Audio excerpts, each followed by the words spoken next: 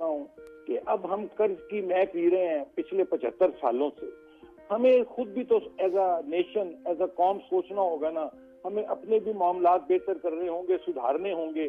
और हमें ये कब तक हम कर्जों पे जिंदा रहेंगे, कब तक IMF जो है हमें सांस पहुंचाता रहेगा, आर्टिफिशियल मसनूई तनफुस देता रहेगा। जय हिंद दोस्तों, मैं मिंदर शर्मा स्वागत करता हूं वन वर्ल्ड हिंदी में आपका। उम्मीद करता हूं आप खुश और स्वस्थ है। दोस्तों आइए दिखाते हैं पाक मीडिया की एक और लेटेस्ट डिबेट, जिसमें कैसे डिस्कशन किया जा रहा है और सीधा सीधा बताया जा रहा है कि आज पाकिस्तान की जो पॉलिटिकल इंस्टेबिलिटी है वो कहीं न कहीं पाकिस्तान की आवाम को खून के आंसू रुला रही है। क्योंकि IMF की अगर शर्तें मान ली जाती है तो पाकिस्तान में महंगाई इतनी भयंकर तरीके से बढ़ेगी कि पाकिस्तान का संभाल पाना बहुत ज़्यादा मुश्किल हो जाएगा। तो दूसरी तरफ अगर देखा जाए तो पाकिस्तान में जो जितने भी ये नेता है वो सिर्फ और सिर्फ कुर्सी के लिए अपनी लड़ाई लड़ रहे हैं। तो कैसे आज पाकिस्तान की जो पाकिस्तान का जो इतिहास है वो सिर्फ और सिर्फ कर्जे लेने का रहा है, तो कैसे आज ये पाकिस्तानी पैनलिस्ट सीधा सीधा बोल रहा है कि हमने 75 सालों में सिर्फ और सिर्फ कर्जों पे ही डिपेंडेंसी दिखाई है, ना कोई सोर्स ऐसा कुछ निकाला ताकि हम पाकिस्तान को सर्वाइव करवा पाए। तो इसी प्रकार की चर्चा इस डिबेट में की गई है। तो दोस्तों देखिए डिबेट और कमेंट में अपनी प्रतिक्रिया जरूर दें।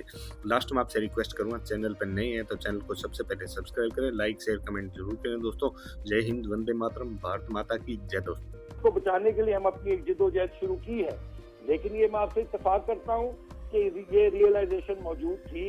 और लेकिन अब चूंकि हमने ये भारी पत्थर उठा लिया है तो अब इसको चूम कर तो नहीं रखना नीचे। मुल्क है, हमारा मुल्क है, तो हम दिन रात लगाएंगे। अच्छा सर, एक और बात हम देख रहे हैं, बिल्कुल आपकी बातें अपने आपके हिसाब से ठीक होंगी कि एक तरफ तो इतने बड़े बिग चैलेंजेस हैं, इतना बड़ा आप लोगों ने जैसे आपने कहा भारी पत्थर उठाया हुआ है जो उठाया नहीं जा रहा है, इस वक्त मुश्किल है सबके लिए। दूसरी तरफ या मिफ्ता इस्माइल साहब और इसाक डार साहब की महाभारत शुरू हुई है सर, लड़ाई शुरू हुई है। मिफ्ता साहब उनको अटैक कर रहे हैं, पहले डार साहब उन पर अटैक करते थे लंदन से, अब आजकल मिफ्ता साहब ने उन्होंने आगे महाज खोला हुआ है। तो जब आपकी पार्टी के अंदर यहाँ पे कोई वो नहीं है, कोई उसकी अगर क्लियर पॉलिसी नहीं है कि हमने इकॉनमी कैसे चलानी है, आपस में लड़ रहे हैं। और डार साहब ने दावे किए थे कि 200 से नीचे डॉलर ले आएंगे, पेट्रोल वगैरह ठीक कर लेंगे। तो इसकी कोई आपके नज़दीक, और इसमें कौन सच्चा है? डार साहब ठीक कह रहे हैं या ये होगा मिफ्ता साहब ठीक कह रहे हैं? आप किस साइड पे खड़े हैं सर? मैं किसी भी साइड पे नहीं खड़ा, मैं रऊफ भाई पाकिस्तान की साइड पे खड़ा। लेकिन चूंकि आपने ये बात की है तो मैं अर्ज करूं इसमें कि देखिए, मैं ये मुनासिब समझता कि अगर आपस में कोई इख्तलाफात हों तो वो आपस में बैठकर बात करनी चाहिए। अनफॉर्चुनेटली ये जो भी हुआ ऐसा नहीं होना चाहिए था कि मिफ्ता के और इसाक डार साहब के दरमियान। अब मिफ्ता ने भी, मैं तो कहूंगा, उसने भरपूर अपनी कोशिश की, पाकिस्तान की मईशत को जितनी वो हिम्मत कर सकता था, मेहनत कर सकता था, मैं बिल्कुल उसको कंडेम नहीं करूंगा। और डार साहब ने को भी जिन हालात में मईशत मिली है, जाहिर है डार साहब भी दिन रात कोशिश कर रहे हैं। लेकिन ये है कि ये कोई ओवरनाइट ठीक नहीं होगा सर काम। ये ऑन ऑफ बटन नहीं है। जो डार साहब की कोशिशें हैं वो उनको जाती तौर पे तो फायदे दे रही हैं, लेकिन जो उनके क्लेम्स थे, I think it's quite a long time कि जब से उन्होंने ये क्लेम किए और वो आए और उन्होंने क्रिटिसाइज किया, उन्होंने कहा जी यूं नहीं यूं होना चाहिए, तो वो नजर कुछ भी नहीं आ रहा प्रैक्टिकली। चलो नून लीग ने हुकूमत ले ली, मुश्किल हालात में ये रियलाइजेशन होगी, बट ये रियलाइजेशन तो डार साहब को हो गई होगी हुकूमत में आने के बाद कि हालात संभलने वाले हैं या नहीं संभलने वाले। ये तो तजर्बे हो रहे हैं और तजर्बे भी जाती फायदे निकल रहे हैं। जाती फायदे तो मैं नहीं समझता, क्योंकि वो दिन रात डार साहब भी लगे हुए हैं। और मैं समझता हूँ कि देखिए, अब इसमें सूरत हाल ये है ना, रबिया बीबी के बड़े अदब से मैं करता हूँ कि अब हम कर्ज की मैं पी रहे हैं पिछले 75 सालों से। हमें खुद भी तो as a nation, as a कौम सोचना होगा ना। हमें अपने भी मामलात बेहतर करने होंगे, सुधारने होंगे। और हमें ये कब तक हम कर्जों पे जिंदा रहेंगे, कब तक IMF जो है हमें सांस पहुंचाता रहेगा, आर्टिफिशियल मसनूई तनफुस देता रहेगा। तो उसमें अब ये सूरत हाल, ग्राउंड रियलिटी तो है, हालात आइडियल नहीं है, मुश्किल हालात हैं। गरीब मिडिल क्लास जो है वो बहुत मुश्किल में है। लेकिन मैं उम्मीद करता हूँ कि ये अब रिव्यू भी आ रहा है इसका, IMF की टीम आई हुई है, उनके साथ कुछ मामला हुए हैं, टाइम लगेगा, कुछ मुश्किल और बड़े फैसले जो सर। एक और आज हमने चीज देखी, मैं आपकी बात सॉरी काट रहा हूँ, कि मरियम साहबा ने आज जनरल बाजवा पे उन्होंने सीरियस अटैक्स किए। जनरल फैज पे पहले भी होते रहे थे, खुलकर बात करते थे, मियाँ साहब ने भी की, मरियम साहब करते, लेकिन बाद में जब वो सारी उन सुलह सफाई हुई, फिर रजीम चेंज हुआ, शहबाज शरीफ साहब वज़ीर आज़म बन गए, केसेस वगैरह सेटल हुए सारे, तो खामोशी हो गई थी। जनरल बाजवा साहब के हवाले से आपकी पार्टी के अंदर कोई बात नहीं होती थी, ना नवाज शरीफ साहब करते थे, ना मरियम साहब, ना कोई और।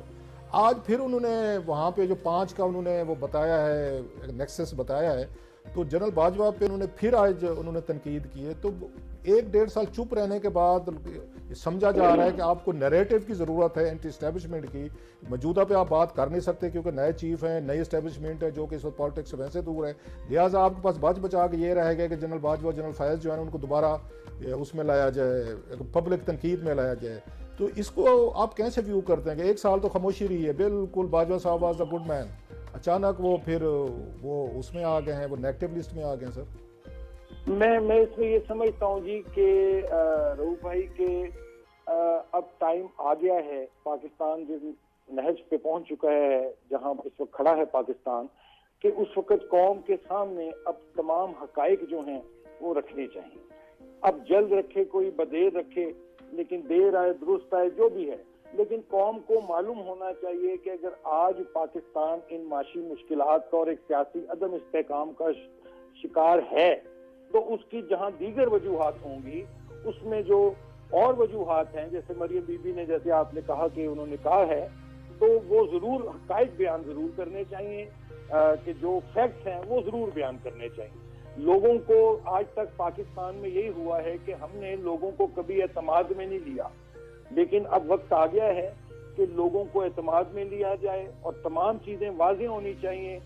इसी सूरत में मैं समझता हूं कि पाकिस्तान के अवाम का एतमाद भी बहाल होगा।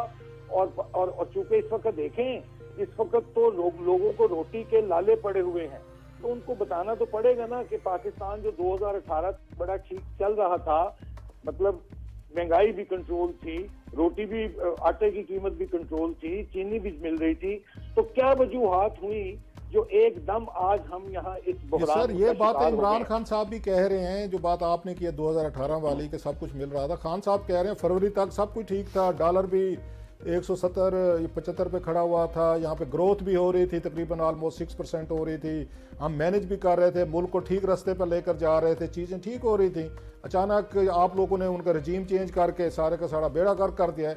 तो खान साहब भी तो यही प्ली ले रहे हैं कि जनाब कि मेरे दौर में तो सारी चीज़ें ठीक थी, आप भी कह रहे हैं कि आपके दौर में भी चीज़ें ठीक थी, तो सर ये किसके दौर में चीज़ें ख़राब थी और कैसे ख़राब हुई? आपके अदवार अगर देखे जाए जो आप कह रहे हैं और खान साहब कहते, फिर तो सब कुछ ठीक था सर। नहीं, मैं ये तो नहीं बिल्कुल कहूँगा रऊफ भाई कि सब कुछ ठीक था। कंपैरेटिवली स्पीकिंग मैं समझता हूँ कि 2013 से 2018 का एक जो टाइम था और फिर 2018 से 21-22 तक का देखिए कि महंगाई में जो एकदम उसका ग्राफ ऊपर गया है, वो 2018 से 19 के बाद ये ऊपर चला गया, ठीक है ना जी। और फिर उसके बाद नेगेटिव भी ग्रोथ हो गई थी। इवन कोरोना से पहले जो जीडीपी थी वो आपकी नेगेटिव में जा चुकी थी। उसके बाद जब कोरोना की आपको फंडिंग हुई, पैसे मिले, तो उससे आपको थोड़ा सहारा मिला। लेकिन चलिए, मैं कहता हूँ इस बहस में नहीं जाते, अब हमने ये करना है। मैं तो ये मेरा मैसेज होता है, मैं जहां भी बात करता हूँ रोक भाई, मैं आपके इस फोरम के जरिए भी अर्ज करना चाहूंगा कि प्लीज पॉलिटिक्स को छोड़ दें थोड़ी देर के लिए, सब मिलकर बैठें, जितने स्टेक होल्डर्स हैं, क्योंकि ये मुल्क हमारा बड़ा कीमती मुल्क है। ये सर वो कहते हैं पॉलिटिक्स छोड़ दे तो लोग वोट नहीं देते, वो कहते हैं कंसेंसस कराना हमारा काम नहीं, हमारा काम कन्फ्रंटेशन है, डिवीजंस है, एक दूसरे पे हमले करके लोगों को बताने मैं अच्छा हूँ, वो बुरा हूँ। सियासत तो वो कहते हैं चलती इसी पे पाकिस्तान जैसे कन्फ्रंटेशन की पॉलिटिक्स रऊफ भाई, उसने पाकिस्तान को माजी में भी नुकसान दिया है, मुल्क 2 लख्त हुआ है। कन्फ्रंटेशन की पोलराइजेशन जो सी है ये खत्म करनी होगी। लोग फिर वोट नहीं डालते ना, लोग फिर नहीं, वोट भी मिल जाएगा, वोट भी रऊफ भाई मिल जाएगा। पहले पाकिस्तान को पैरों पे तो खड़ा करना पड़ेगा ना।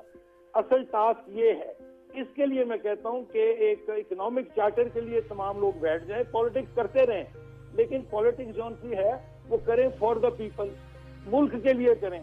ये जो सिलसिला शुरू हो गया ना कि इल्जामात, जवाबी इल्जामात, गालम गलोच, ये बहुत नुकसान पहुंचा रही है जी पाकिस्तान को। आपको लगता है पंजाब के इलेक्शन में सर ये गालम गलोच ये बढ़ेगी दोनों साइड से? इमरान खान साहब ने भी अभी जलसे करने हैं, मरियम साहब भी अग्रेसिव हैं, वो भी 5 लोगों का उन्होंने भी बयान बनाया हुआ है, खान साहब की अपनी है। तो इस दफ़ा ये कहा जा रहा है कि पंजाब में तो बहुत बड़ी महाभारत लड़ी जाएगी दोनों अतराफ से। आपको लग रहा है कि इस दफ़ा फायर वर्क बहुत बड़े पैमाने पे होगा ये इलेक्शन में, मेरी तो बहुत कुछ स्टेज मेरी पे है। मेरी तो दुआ है अल्लाह ताला खैर खैरियत से सब कुछ रखे और ये कोई फायरवर्क्स भी ना हो। और एक मैं वर्बल बात कर रहा हूँ सर, मैं वर्बल जबानी फायर वर्क की बात की है सर, मतलब वो जो मैं अटैक वही अर्ज कर रहा हूँ जी, वही जो आपका मतलब है समझ रहा हूँ सर। कि मेरी तो दुआ है कि बड़े अमन से पुरअमन तरीके से देखिए ना। अब ये पेशावर में जो हुआ है दिल खराश वाकया और सिक्योरिटी की क्या सूरत हाल है, तो ये इस मुल्क में को मुझे लगता है अल्लाह ताला हमसे नाराज है। हमें अपने जरा करतूत भी ठीक करने चाहिए। मैं अपने से शुरू करूं, मैं अपनी बात करता हूं कि क्या मैंने एक जिम्मेदार शहरी होने का सबूत दिया आज तक? अगर यही प्रिंसिपल हमारे सारे पॉलिटिशियन अब पर लागू करें तो मैं समझता हूं मुल्क के लिए बैठ जाएं, सर जोड़ें, बाकी सियासत भी करें, जरूर करें, लेकिन ये पोलराइजेशन की सियासत, ये गालम गलोच की इल्जामात की सियासत, ये फायरी सियासत, इसका कोई हल फायदा नहीं निकलेगा। मैं कहता हूं। बहुत शुक्रिया करमानी साहब, आपने बड़ा तफसील से हम